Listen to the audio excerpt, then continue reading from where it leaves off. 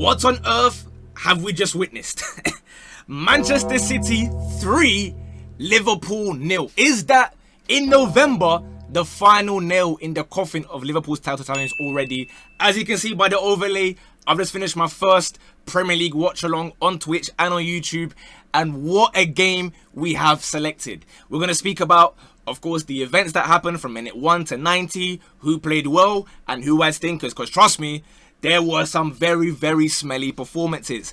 As you can see, prior to the game starting, I told you guys, and in the video beforehand, Jeremy Doku is going to be the star of the show. As much as I called him Connor Cafu for locking up Vinny and Mbappe together at the same time, I told you, when Doku feels like it, in a game like this, he's going to light it up. And already, forget even what happened already. Let's start the video by giving a round of applause, standing ovation. Whether you are sitting on the toilet watching this, if you're lying in bed, if you're on the sofa, stand up. Tell everyone around you stand up. Because this Jeremy Doku performance, this reminds me of Jairzinho himself for Brazil back in 1970 World Cup. For those of us who remember, that World Cup, they called him El Furacão, aka the Hurricane, because he was running, spinning, twisting about. His shirt was flowing in the wind like that. This one is Doku's Twitch fibers. The way they shake like that, you cannot believe what you're witnessing, bro. This is the type of game that if Doku could replicate this, like even twice a month, we'd all say, yo, you know what? That's a serious baller. But let's discuss, because from minute 1, I'll be real, Liverpool were on skates, bro. They did not know what planet they were on. It was all Manchester City. And I'm going to say something that might even sound a bit controversial, but City didn't actually have to play that good as a team. We're going to get into the individual players, as you can see on here and on there. We're going to speak about each individual player. But essentially, they got a penalty early on. Again, Doku against Bradley was the key matchup, like I said before the game. This is the overlay I made beforehand, telling you, man, it's going to be the most important part. Whoever wins that battle will dominate this game. And I told you, man, in the video, Doku would cook. Now, I want to say this. Shout out to Conor Bradley, because people will say he got roasted, he got skinned alive, whatever. He tried his best and held his own. When Doku's in that kind of mood, physically, you cannot keep up with him. But I actually think Conor Bradley done an okay job of trying to slow him down. Many other fullbacks would have given up and said, you know what? Long day, bro. Sub me off, man. They'll look at the manager. Slot. I can't lie, bro. They'll start pulling their hammies. But Doku, he gets past him, albeit a bit lucky, because then Konate comes flying in. The ball's rebounding a little bit like 3D Space Pinball Cadet. They get a penalty because the keeper just about clips him on the ankle with his knee. It is a penalty. It's unfortunate, but it's a penalty. But then guess what? Haaland misses. You're thinking, whoa, hold on a minute. And it's a bad penalty. It's not even in the corner. Normally, Erling, he wraps it and then he runs off in the camera. You know his crazy celebration. He didn't do none of that. He missed the penalty. We're thinking, whoa, is that a lifeline for Liverpool? But truth be told, they didn't even think, you know what, we're going to make the most of that and try to get back into the game. No, quite the opposite. It was just City. Possession was quite even, but it was just City attack upon attack. Whereas Liverpool get the ball, they try to play maybe 2-3 passes, they lose it. Florian Wirtz, I think it's over. I think it's over. I have said that I've gone from being his biggest supporter to defending him against the haters to becoming neutral and parting ways. Now I think I'm joining the dark side, bro. I think I'm going to have to start being an op, because this was a disgusting performance for 82 minutes, by the way. How he stayed on that long, I have no idea. Every player patted his head like a good boy, playing piggy in the middle with him. Anytime he try and turn, boom, fouled. No, sorry, not fouled. Lost the ball. There was one foul where he won a yellow card because Nico Gonzalez held him off. That was like an okay move. Other than that, bad at everything in every single department. But guess what? Mo Salah on the other side, even worse. Remembrance Sunday. Everyone standing there for 2 minutes to do silence. Close their eyes. As far as I'm concerned, Mo Salah, big respect to you. 90 minutes of silence. That's massive respect for our soldiers, for the NHS workers, for everyone that does not earn 400k like you, to run around being offside about 15 times. Somebody get the stats for me. I don't know what the stats say. But this guy spent the entire game offside. Why? I don't know. Eventually, Haaland gets his goal. How did it come about? Robertson and Wirtz completely leaving Mateus Nunes on the right back, free to just whipping crosses. Now, he got in that position like 2 or 3 times beforehand, didn't cross it. Tried to do a little cutback to a Shirky or to a Foden. This time he said, you know what, alright, you're going to give me 10 meters radius. No problem. I'm going to just cross it in, and Erling Haaland, initially, we're thinking, oh, class header from Erling. Actually, Konate headed it back, and it bounced off Haaland. I was going to say Erling, Haaland. You get the point. It flicked off of his head, off of Konate, into the net. But regardless, a goal's a goal. You don't care in a game like this whether it came off of, you know, your shin pad or whatever. A goal's a goal. 1-0. Konate can maybe think he's a bit unlucky for that one. But again, there we are. So 1-0, you're thinking, all right, job done. Liverpool, I'll be real. I was saying it during the live stream. I see no way that Liverpool get a goal. And I said that City are going to win this game, but Liverpool will score a goal. Now, they did get that goal, but it was ruled out. A corner for Liverpool. Was it? Yeah, it was a corner, right? It was a corner that swung in from this way. Van Dijk heads it in, but Andy Robertson is judged to be offside. Now, I understand the rules. I get why it's been disallowed, but I don't like the rule. Does that make sense? I think the rule should be changed. I get the letter of the law and whatnot, and he's offside. He is. But, in my opinion, we should allow refs to use their own common sense. Does this player... First and foremost, he's not in line of sight whatsoever, right? He's on the left, the header's coming from the right. So line of sight is not an issue here. But he's offside. Does he stop the keeper from saving the shot? No, he doesn't. He was not going to save it regardless, bro. Donnarumma was not going to get there either way. Whether Robertson is there or not, it was going to go in that same bottom corner. So in my opinion, that should stand. But again, hey, listen, it is what it is. I get why it's happened, so I'm not calling it any robbery or whatever. And Liverpool fans likewise.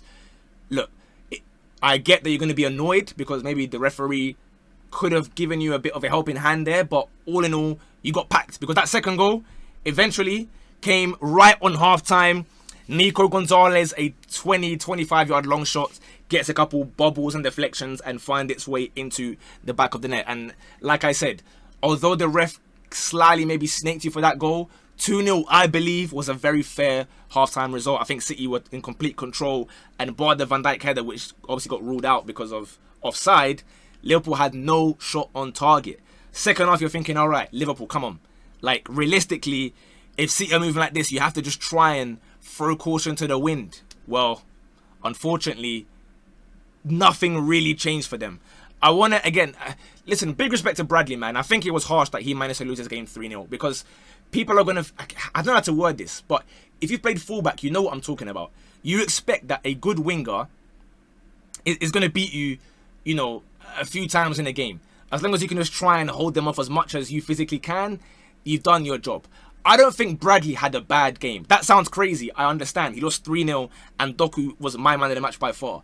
But I don't think Bradley was bad. He tried to hold his own. It's just that Doku was in such crazy form. Weirdly enough, however, it is the City team that I want to speak about. But let's get to the final goal, because we're talking about Doku. He's playing great. He's cooking, you know, Bradley, whatever, blah, blah, blah, blah, blah. Fantastic game. But then, the moment that I stood up, I shouted on stream. I can't lie, bro. I shouted, bro. You'll think that someone just came through my window and punched my head or something.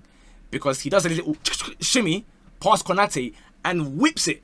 Now, I didn't react for like half a second. I said, "Eee!" for the little shimmy. But when the goal went in, it was only when the ball rippled the net at the back that I realized it had curved round and in, because it looked like it was going wide. Knowing Doku's end product normally, I'm not expecting Doku to hit that and it go in so cleanly like that. When it went in, I stood up immediately. I said, you know what? That's incredible and that's fully deserved. Doku makes it 3-0, whitewash. And I'll be real, bro. It's the kind of scenario where you just say, you know what? Put the pad down, bro. Word to Michael Jackson. Put the gun down. The title charge, whatever you want to call it for Liverpool, it ain't banging, bro. This is not it. Because here's why I say something might be controversial. I don't think City had to play that well.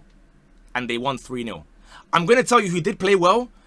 And then you're going to understand where I'm coming from. To me, normally, the spine is the most important part of a team, right? Like your centre-backs, your central midfielders, and your striker. That's the most important part of the team, and everything around that, just try to do your best and contribute. Here was the opposite. I don't think well, first of all, Haaland didn't really do much. Obviously, he missed a penalty, and he scored. But outside of that, compared to Dortmund, where he was running like a steam train, linking it up, flicking it, he didn't really do anything today that positive. I know he scored, but like, hear me out when I'm talking about the 90 minutes. Foden was doing good against Dortmund again. This game, don't remember him doing anything positive. And likewise, my boy Shirky, he didn't really offer much and got hooked early in the second half. Midfield, centre-backs as well. I don't think necessarily Gvardiol and Ruben Diaz had much to do, so I'm not going to blame them. But it was the wide players, for me, that were the reason why City won this game. Matheus Nunes right back and O'Reilly left back. And of course, Doku man of the match. Nunes is someone that I said last week or the week before. I'm surprised because I thought it was like a right back gimmick last season. All right, haha, play there for a few weeks and then eventually move on, bro. Like, go and play somewhere else. Nah, he's got it on lock now. He's defending much better, correct decision making, and also offering stuff going forward that we knew he could do. O'Reilly, I never had doubts since the FA Cup run. I keep on forgetting what the first game was. Was it like away Plymouth or something like that? City played some random team in the FA Cup earlier rounds. O'Reilly played. I said, you know what? That's a player there. I think he even bagged 1 or 2 goals in that game. From that point, I said, you know what? That's a good left back there. He continued doing so. I mean, Mo Salah. Honestly, bro, I don't want to be rude, but me, in my prime, Sportsman of the Year, 2009-2010 season, playing left back and left wing, depending on the type of game, I think I lock him up. I think that version of me there locks up Mo Salah. That's how bad he was today. It got to the point where whenever I'm saying on stream, ball into Salah, Salah's in space, I just start laughing, bro. Because the chat knows what's going to happen, I know what's going to happen. He's going to lose the ball. Or the linesman will raise his flag for offside. This was a really, really abhorrent performance from him. And honestly, I start getting shivers down my spine when people say that he surpassed Cristiano Ronaldo and Thierry Henry. I'm not saying they've never ever had bad games in their career. Far from it. Like, I get it. They've all had games where they're quiet. But this is like a loud stinker. You get it? It wasn't like I was hiding or whether. I saw you often being bad, getting padlocked by everyone near you. Verts, honestly, as a father, please stop it. Just pack your bag and get off the pitch sometimes, bro. Just say, yo, you know what? Today is not my day. I can't do this. I can't do this. Because he was getting bullied non-stop. Szoboszlai, do I even speak? Because then they're going to say, oh, but why is it that when he's incredible, then you don't say anything? Bro, this is not so dissimilar to what we've seen before. He just whips in those crosses and hopes that someone gets on the end of it. And then now we say, what a beast, number 10. He's not a good, you know, he doesn't play them nice through ball passes. He just spams the long shots and every now and then plays a crossfield diagonal. And because he runs around and tries very hard, we have to pretend that like he's some incredible beast. And they're saying, say sorry. So I should say sorry. Because his best attribute is pressing. So I should say sorry for that. A club like Liverpool, one of the biggest teams in England, if not the world, your number 10, his best attribute is that he works very hard. I'm sorry, man. I'm sorry for that. I'm sorry that that's what you want to pretend to gas up. Maybe I'm just used to watching number 10s that know how to use the football. Sorry. But hey, listen, big up Szoboszlai, right? He got the only shot on target for Man City after he tried about 8 times that same cross that got cleared and cleared and cleared and cleared because he couldn't beat the first man. Big up to him. McAllister and Grav. McAllister tried, I'll be real. I can't even say one of his better games because he's been bad most games this season. But he was okay at best. Grav didn't really see him. Robbo. Robbo. Nah, I can't lie. I tried to gas it up to be polite to Liverpool fans. I can't lie. I can't gas this up, bro. Only Bradley can leave with any credit. And maybe Mohamed Dashvili a little bit as well. Because even like Van Dijk was getting rattled and giving away fouls and stuff. And it just wasn't a good look all round. Obviously, Marmoush came on and Gakpo. Oh, Gakpo missed an open goal, bro.